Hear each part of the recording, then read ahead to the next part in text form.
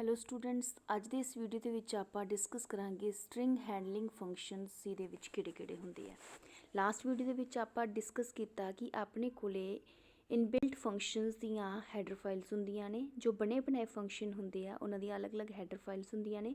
ਜਿਸ ਟਾਈਪ ਦਾ ਆਪਾਂ function use ਕਰਨਾ ਹੁੰਦਾ ਉਹਦੀ ਪਰਟੀਕੂਲਰ ਹੈਡਰ ਫਾਈਲ ਆਪਾਂ ਆਪਣੇ ਪ੍ਰੋਗਰਾਮ ਦੇ ਵਿੱਚ ਇਨਕਲੂਡ ਕਰ ਲੈਂਦੇ ਆ। ਉਸ ਤੋਂ ਬਾਅਦ ਉਹਨਾਂ ਜਿਹੜੀਆਂ ਹੈਗੀਆਂ ਫੰਕਸ਼ਨਸ ਨੂੰ ਉਹਦੇ ਵਿੱਚ ਜਿਹੜੇ ਫੰਕਸ਼ਨ ਆ ਉਹਨਾਂ ਨੂੰ ਆਪਾਂ ਯੂਜ਼ ਕਰ ਸਕਦੇ ਹਾਂ ਬਾਈ ਨੇਮ। ਅਤੇ ਜਦੋਂ ਇਹਨਾਂ ਨੂੰ ਆਪਾਂ ਯੂਜ਼ ਕਰਦੇ ਹਾਂ ਤਾਂ ਇਹਨਾਂ ਦਾ ਕੋਡ ਇੱਕ ਵਾਰ ਰਾਈਟ ਕੀਤਾ ਹੁੰਦਾ ਅਤੇ ਮਲਟੀਪਲ ਟਾਈਮਸ ਆਪਾਂ ਆਪਣੇ ਪ੍ਰੋਗਰਾਮ ਦੇ ਵਿੱਚ ਯੂਜ਼ ਕਰ ਸਕਦੇ। ਇਹਦੇ ਨਾਲ ਆਪਣੇ ਜਿਹੜਾ ਡਿਵੈਲਪਮੈਂਟ ਟਾਈਮ ਉਹ ਘਟਦਾ ਹੈ ਅਤੇ ਜਿਹੜਾ ਪ੍ਰੋਗਰਾਮ ਹੈ ਉਹਦੀ ਜਿਹੜੀ ਹੈ ਲੈਂਥ ਉਹ ਰਿਡਿਊਸ ਹੁੰਦੀ ਹੈ ਅਤੇ ਰੀਯੂਜ਼ੇਬਿਲਿਟੀ ਵੱਧਦੀ ਹੈ, ਕਿਉਂਕਿ ਇੱਕ ਵਾਰ ਲਿਖਿਆ ਹੋਇਆ ਜਿਹੜਾ ਕੋਡ ਹੈ ਉਹਨੂੰ ਆਪਾਂ ਵਾਰੀ ਯੂਜ਼ ਕਰ ਰਹੇ ਹੁੰਦੇ ਹਾਂ। ਸਟ੍ਰਿੰਗ ਹੈਂਡਲਿੰਗ ਫੰਕਸ਼ਨ ਕੀ ਹੈ ਕਿ ਜਿਹੜੀ ਆਪਾਂ ਲਾਸਟ ਲੈਕਚਰ ਦੇ ਵਿੱਚ string.h ਨਾਮ ਦੀ ਹੈਡਰ ਫਾਈਲ ਕੀਤੀ ਸੀ ਉਹਦੇ ਵਿੱਚ ਕਿਸ ਤਰ੍ਹਾਂ ਦੇ ਫੰਕਸ਼ਨ ਹੈ ਜੋ ਸੀ ਲੈਂਗੁਏਜ ਦੇ ਵਿੱਚ ਆਪਾਂ ਯੂਜ਼ ਕਰਦੇ ਹਾਂ। ਸਟ੍ਰਿੰਗ ਹੈਂਡਲਿੰਗ ਫੰਕਸ਼ਨ ਦੇ ਵਿੱਚ ਜਿਹੜੇ ਹੈਗੇ ਆ, ਸਭ ਤੋਂ ਪਹਿਲਾਂ ਆਪਾਂ ਇਹ ਦੇਖਦੇ ਹਾਂ ਕਿ ਸਟ੍ਰਿੰਗ ਹੁੰਦੀ ਕੀ ਹੈ। ਸਟ੍ਰਿੰਗ ਕਈ ਸਾਰੇ ਕਲੈਕਸ਼ਨ ਦੀ ਜਿਹੜੇ ਇਹ ਕਰੈਕਟਰ ਦੀ ਕਲੈਕਸ਼ਨ ਨੂੰ ਆਪਾਂ ਸਟ੍ਰਿੰਗ ਬੋਲਦੇ ਹਾਂ। ਜਿਵੇਂ ਤੁਹਾਡਾ ਨਾਮ ਹੈ, ਨਾਮ 4 5 10 ਜਾਂ 20 ਕਰੈਕਟਰ ਨੂੰ ਮਿਲ ਕੇ ਬਣ ਜਾਂਦਾ ਤਾਂ ਉਹਨੂੰ ਆਪਾਂ ਇੱਕ ਸਟ੍ਰਿੰਗ ਬੋਲਾਂਗੇ। ਸਟ੍ਰਿੰਗ ਨੂੰ ਜਦੋਂ ਤੁਸੀਂ ਇਨਪੁਟ ਕਰਾਉਣਾ ਹੈ ਉਹਦੇ ਅਲੱਗ-ਅਲੱਗ ਮੈਥਡ ਹੈ। ਇੱਥੇ ਆਪਣੇ ਕੋਲ ਦੋ ਮੈਥਡ ਦਿੱਤੇ ਹੋਏ ਹੈ। ਪਹਿਲਾ ਮੈਥਡ ਹੈ ਡਿਕਲੇਅਰ ਕਰਨਾ। ਜਦੋਂ ਸਟ੍ਰਿੰਗ ਨੂੰ ਕਰੈਕਟਰ ਟਾਈਪ ਦੀ ਸਟ੍ਰਿੰਗ ਹੁੰਦੀ ਹੈ, ਕਰੈਕਟਰ ਤੁਹਾਡਾ ਕੁਝ ਵੀ ਹੋ ਸਕਦਾ ਬੇਟਾ, ਕੋਈ ਅਲਫਾਬੈਟ ਹੋ ਸਕਦਾ, ਕੋਈ ਡਿਜਿਟ ਹੋ ਸਕਦਾ, ਕੋਈ ਸਪੈਸ਼ਲ ਸਿੰਬਲ ਹੋ ਸਕਦਾ।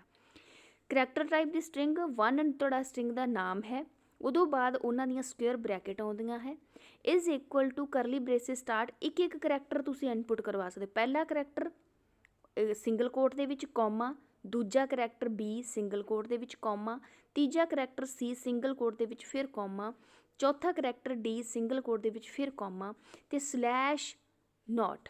ਸਲੈਸ਼ ਨੋਟ ਦਾ ਮਤਲਬ ਹੈ ਕਿ ਇਸ ਦੇ ਨਾਲ ਤੁਹਾਡੀ ਇੱਥੇ ਕੰਪਾਈਲਰ ਨੂੰ ਦੱਸਣਾ ਹੈ ਕਿ ਇੱਥੇ ਸਟ੍ਰਿੰਗ ਤੁਹਾਡੀ ਟਰਮੀਨੇਟ ਹੋ ਗਈ ਹੈ, ਖਤਮ ਹੋ ਗਈ ਹੈ। ਇਹਦੇ ਵਿੱਚ 4 ਕਰੈਕਟਰ ਹੈ। ਦੂਜਾ ਹੈ ਸਟ੍ਰਿੰਗ 1, ਦੂਜੀ ਡਿਕਲੇਅਰ ਕੀਤੀ, ਉਹਦੇ ਵਿੱਚ ਜਿਹੜਾ ਆਪਾਂ ਇਨਪੁਟ ਕਰਵਾਇਆ ਦੂਜਾ ਮੈਥਡ ਹੈ ਕਿ ਆਪਾਂ ਚਾਰੋਂ ਦੇ ਚਾਰੋਂ ਕਰੈਕਟਰ ਇਕੱਠੇ ਇਨਪੁਟ ਕਰਵਾ ਦਈਏ, ਬਟ ਇਹ ਡਬਲ ਕੋਟਸ 'ਚ ਆਉਣਗੇ ਅਤੇ ਇੱਥੇ ਨਲ ਕਰੈਕਟਰ ਇਨਪੁਟ ਕਰਾਉਣ ਦੀ ਤੁਹਾਨੂੰ ਲੋੜ ਨਹੀਂ ਪੈਣੀ ਸਲੈਸ਼ ਨੋਟ ਦੀ। ਕਿਉਂ ਨਹੀਂ ਪੈਣੀ? ਕਿਉਂਕਿ ਸਲੈਸ਼ ਨੋਟ ਇਹ ਆਟੋਮੈਟਿਕਲੀ ਜਿੱਥੇ ਡਬਲ ਕੋਟ ਬੰਦ ਹੋ ਜਾਣਗੇ ਉੱਥੇ ਆਟੋਮੈਟਿਕਲੀ ਪਤਾ ਚੱਲ ਜਾਏਗਾ ਕਿ ਇੱਥੇ ਸਟ੍ਰਿੰਗ ਟਰਮੀਨੇਟ ਹੋ ਗਈ, ਆਟੋਮੈਟਿਕਲੀ ਕੰਪਾਈਲਰ ਇਨਕਲੂਡ ਕਰ ਲਏਗਾ। ਇਹ ਆਪਣੇ ਦੋ ਮੈਥਡ ਹੈ। ਹੁਣ ਅੱਗੇ ਵੀ ਜਿਹੜਾ ਹੈਗਾ ਕਰੈਕਟਰ ਟਾਈਪ ਦੀ ਆਪਾਂ ਐਡਰੈਸ ਨਾਮ ਦੀ ਸਟ੍ਰਿੰਗ ਡਿਕਲੇਅਰ ਕੀਤੀ। ਨਾਮ ਤੁਸੀਂ ਕੁਝ ਵੀ ਰੱਖ ਸਕਦੇ ਹੋ, ਉਹਦੇ ਵਿੱਚ ਇੱਕ ਕਰੈਕਟਰ ਕਰਕੇ ਸਟੋਰ ਕਰਵਾਇਆ ਤਾਂ ਲਾਸਟ 'ਤੇ ਨਲ ਕਰੈਕਟਰ ਪਾਉਣਾ ਪੈਂਦਾ। ਜੇ ਆਪਾਂ ਸਾਰੇ ਦੇ ਸਾਰੇ ਕਰੈਕਟਰ ਇਕੱਠੇ ਕਰਵਾਏ ਦੈਨ ਲਾਸਟ 'ਤੇ ਨਲ ਕਰੈਕਟਰ ਪਾਉਣ ਦੀ ਲੋੜ ਨਹੀਂ ਹੈ। ਨਲ ਕਰੈਕਟਰ ਦਾ ਮਤਲਬ ਕੀ ਹੁੰਦਾ? ਨਲ ਕਰੈਕਟਰ ਦਾ ਮਤਲਬ ਹੁੰਦਾ ਹੈ ਕਿ ਇਹਦਾ ਮਤਲਬ ਹੈ ਕਿ ਇੱਥੇ ਤੁਹਾਡੀ ਸਟ੍ਰਿੰਗ ਟਰਮੀਨੇਟ ਹੋ ਗਈ। ਟਰਮੀਨੇਟ ਦਾ ਮਤਲਬ ਖਤਮ ਹੋ ਗਈ ਹੈ। ਜਿੱਥੇ ਹੀ ਨਲ ਕਰੈਕਟਰ ਆ ਜਾਏਗਾ ਨਾਲ ਦੀ ਨਾਲ ਸਟ੍ਰਿੰਗ ਦਾ ਟਰਮੀਨੇਟ ਹੋ ਜਾਏਗੀ। ਸਟ੍ਰਿੰਗ ਹੈਂਡਲ ਕਰਨ ਵਾਲੇ ਫੰਕਸ਼ਨ ਕਿਹੜੇ ਕੀ ਹੈ? String concatenate, string n concatenate, string copy, string n copy, string length, string comparison I, string character, string r character, string ਜਿਹੜੇ ਆਪਾਂ ਪਿਛਲੇ ਅਪਰ ਕੇਸ, ਲੋਅਰ ਕੇਸ, ਰਿਵਰਸ, ਤੇ ਇਹ ਸਾਰੇ ਦੇ ਸਾਰੇ ਆਪਾਂ ਪਿਛਲੇ ਜਿਹੜੇ ਹੈਗੇ ਵੀਡੀਓ ਦੇ ਵਿੱਚ ਆਪਾਂ ਡਿਸਕਸ ਕੀਤੇ ਸੀ। ਹੁਣ ਆਪਾਂ ਇਹਨਾਂ ਨੂੰ ਇੰਪਲੀਮੈਂਟ ਕਰਦੇ ਹਾਂ। ਇੰਪਲੀਮੈਂਟ ਕਰਨ ਦੇ ਲਈ ਸਭ ਤੋਂ ਪਹਿਲਾਂ ਹੈਗਾ ਸਟ੍ਰਿੰਗ ਨੂੰ ਇਨਪੁਟ ਕਰਾਉਣ ਅਤੇ ਆਊਟਪੁੱਟ ਕਰਾਉਣ ਦੇ ਲਈ ਕਿਹੜੇ ਫੰਕਸ਼ਨ ਨੇ। ਦੇਖੋ, ਜਿਹੜਾ printf ਹੈ ਅਤੇ scanf ਹੈ ਉਹ ਆਪਣੇ ਹੈਗੇ ਆ ਫੋਰਮੈਟਡ ਇਨਪੁਟ ਆਊਟਪੁੱਟ ਫੰਕਸ਼ਨ। ਇਹਦੇ ਵਿੱਚ ਤੁਹਾਨੂੰ ਫੋਰਮੈਟ ਸਟ੍ਰਿੰਗ ਲਿਖਣੀ ਪੈਂਦੀ ਹੈ ਕਿ ਤੁਸੀਂ ਜਿਹੜਾ ਵੈਰੀਏਬਲ ਇਨਪੁਟ ਕਰਵਾ ਰਹੇ ਹੋ ਜਾਂ ਆਊਟਪੁੱਟ ਕਰਵਾ ਰਹੇ ਹੋ ਉਹ ਇੰਟੀਜ਼ਰ ਟਾਈਪ ਦਾ ਤਾਂ /n ਲਿਖੋ, %n d ਲਿਖੋ।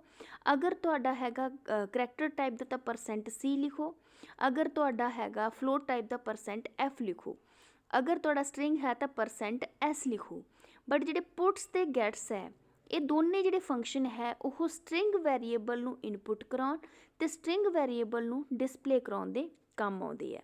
ਫੋਰ ਐਗਜ਼ਾਮਪਲ ਹੁਣ ਆਪਾਂ ਜਿਹੜਾ ਐਗਜ਼ਾਮਪਲ ਕਰਦੇ ਇਹ 'ਚ %s ਲਾਉਣ ਦੀ ਲੋੜ ਨਹੀਂ ਹੈ। ਪੁੱਟਸ ਅਤੇ ਗੈਟਸ ਦੇ ਵਿੱਚ ਤੁਹਾਨੂੰ % ਲਾਉਣ ਦੀ ਲੋੜ ਨਹੀਂ ਹੈ। ਜਿਵੇਂ printf ਆਪਾਂ ਯੂਜ਼ ਕਰਦੇ ਨਾ %s ਸਟ੍ਰਿੰਗ 1 ਅਤੇ scanf ਵਾਸਤੇ ਵੀ %s ਸਟ੍ਰਿੰਗ 1 ਅਤੇ ਪੁੱਟਸ ਵਾਸਤੇ ਇੱਥੇ ਆਪਾਂ str ਵੈਰੀਏਬਲ ਦਾ ਨਾਮ ਲਿਖ ਦਿਓ, ਗੈਟਸ str ਵੈਰੀਏਬਲ ਦਾ ਨਾਮ ਲਿਖ ਦਿਓ। ਫੋਰ ਐਗਜ਼ਾਮਪਲ ਆਹ ਜਿਹੜਾ ਹੈਗਾ ਪ੍ਰੋਗਰਾਮ ਆਪਾਂ ਕੀਤਾ ਹੈ ਇਹਦੇ ਵਿੱਚ ਆਪਾਂ printf ਫੰਕਸ਼ਨ ਦੇ ਨਾਲ ਸਟ੍ਰਿੰਗ ਡਿਸਪਲੇ ਕਰਵਾਈ ਹੈ ਅਤੇ scanf ਫੰਕਸ਼ਨ ਦੇ ਨਾਲ ਆਪਾਂ ਇਨਪੁਟ ਕਰਵਾਈ ਹੈ।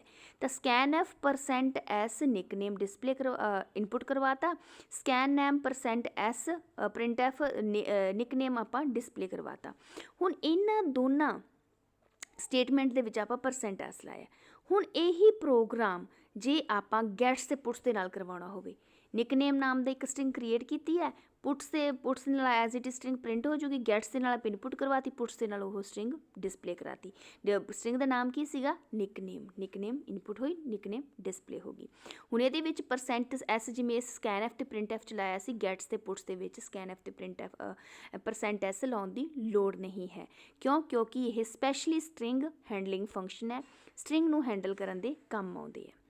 ਨੈਕਸਟ ਜਿਹੜਾ ਹੈਗਾ ਸਟ੍ਰਿੰਗ ਦੀ ਲੈਂਥ ਕੈਲਕੂਲੇਟ ਕਰਨਾ। ਸਟ੍ਰਿੰਗ ਦੀ ਲੈਂਥ ਦਾ ਮਤਲਬ ਕੀ ਹੈ ਕਿ ਕਿੰਨੇ ਨੰਬਰ ਆਫ ਕਰੈਕਟਰ ਸਟ੍ਰਿੰਗ ਦੇ ਵਿੱਚ ਹੈ, ਉਹ ਕੈਲਕੂਲੇਟ ਕਰਨ ਵਾਸਤੇ ਆਪਣੇ ਕੋਲ ਜਿਹੜਾ ਫੰਕਸ਼ਨ ਹੈ strlen ਹੈ। ਕਿਵੇਂ ਯੂਜ਼ ਕਰਾਂਗੇ? ਇੱਕ ਸਟ੍ਰਿੰਗ ਆਪਾਂ ਇਨਪੁਟ ਕਰਵਾਈ, ਉਹਦਾ ਜਿਹੜਾ ਸਾਈਜ਼ ਲੈਤਾ 20, ਬਟ ਉਹਦੇ ਵਿੱਚ ਨੰਬਰ ਆਫ ਕਰੈਕਟਰ ਕਿੰਨੇ ਆਏ ਨੇ? BEGINNERSBOOK ਕਿੰਨੇ ਹੋ ਗਏ?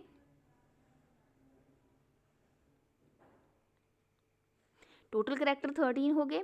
ਸਟ੍ਰਿੰਗ ਲੈਂਥ ਨਾਮ ਦੇ ਫੰਕਸ਼ਨ ਦੇ ਨਾਲ ਇਸ ਸਟ੍ਰਿੰਗ ਦੇ ਵਿੱਚੋਂ ਨੰਬਰ ਆਫ ਕਰੈਕਟਰ ਕੈਲਕੂਲੇਟ ਹੋ ਕੇ ਪ੍ਰਿੰਟ ਹੋ ਜਾਣਗੇ, ਦੈਟ ਇਜ਼ 13। ਸਟ੍ਰਿੰਗ ਕੰਪੈਰੀਜ਼ਨ, ਦੋ ਸਟ੍ਰਿੰਗ ਨੂੰ ਆਪਸ ਦੇ ਵਿੱਚ ਕੰਪੇਅਰ ਕਰਨਾ। ਹੁਣ ਆਪਾਂ ਇੱਥੇ ਇਹ ਦੋਨਾਂ ਦੇ ਵਿੱਚ ਜੇ ਤਾਂ ਤੁਹਾਡੀ ਰਿਟਰਨ ਹੋ ਗਈ ਵੈਲਿਊ 0, ਇਟ ਮੀਨ ਕੀ ਹੈ? ਦੋਨੇ ਸਟ੍ਰਿੰਗ ਸੇਮ ਨੇ। ਅਗਰ ਉਹ ਗ੍ਰੇਟਰ ਦੈਨ 0 ਹੋਈ ਹੈ ਤਾਂ ਪਹਿਲੀ ਸਟ੍ਰਿੰਗ ਦੂਜੀ ਸਟ੍ਰਿੰਗ ਤੋਂ ਕੀ ਹੈ? ਵੱਡੀ ਹੈ। ਅਗਰ ਤੁਹਾਡੀ ਵੈਲਿਊ ਲੈਸ ਦੈਨ 0 ਹੋਈ, ਇਟ ਮੀਨਸ ਪਹਿਲੀ ਸਟ੍ਰਿੰਗ ਦੂਜੀ ਸਟ੍ਰਿੰਗ ਦੇ ਨਾਲੋਂ ਕੀ ਹੈ? ਛੋਟੀ ਹੈ। ਫੋਰ ਐਗਜ਼ਾਮਪਲ ਤੁਹਾਡੇ ਕੋਲ string.h ਨਾਮ ਦੀ ਹੈਡਰ ਫਾਈਲ ਆਪਾਂ ਇਨਕਲੂਡ ਕੀਤੀ, ਪਹਿਲੀ ਸਟ੍ਰਿੰਗ s1 ਲੈਤੀ, ਦੂਜੀ ਸਟ੍ਰਿੰਗ ਲੈਤੀ s2।